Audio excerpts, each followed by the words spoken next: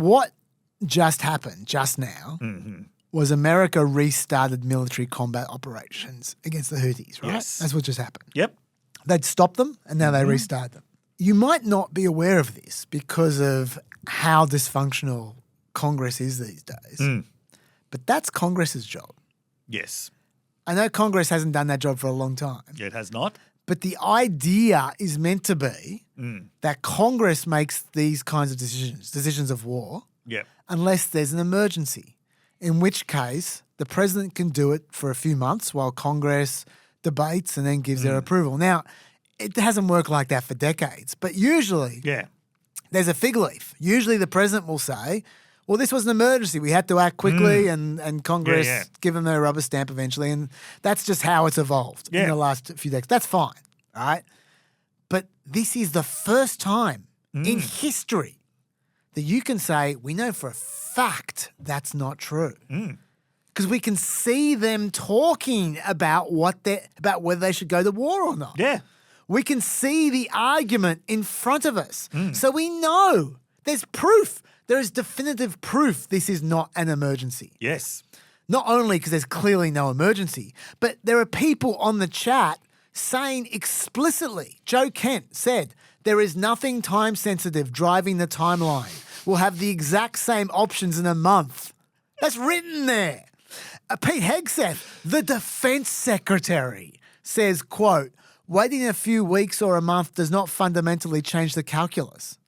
They're explicitly admitting on a chat that they could wait for Congress to make up its mind if they wanted to. There's no way you can get around that. The chat is a confession to breaching the Constitution in a way we have never seen ever in history. And no one gives a shit. Yeah. Like, it's actually quite stark. In fact, most people haven't even noticed that. They are admitting to a breach of the Constitution in this chat. Yes. In the end, the only reason they went to war, we didn't even mention this, was because Steve Miller said, Yes. quote, as I heard it, the president was clear, green light. That's what, they were arguing amongst themselves, and he said that. As I heard it, the president was clear, green light. And they went, okay, agreed, let's go, let's do it. Go time. And then it was after that he said, but we've got to tell the Egyptians and the Europeans we expect remuneration. Yeah. So the point is, it wasn't even Trump's directions that sent them to war.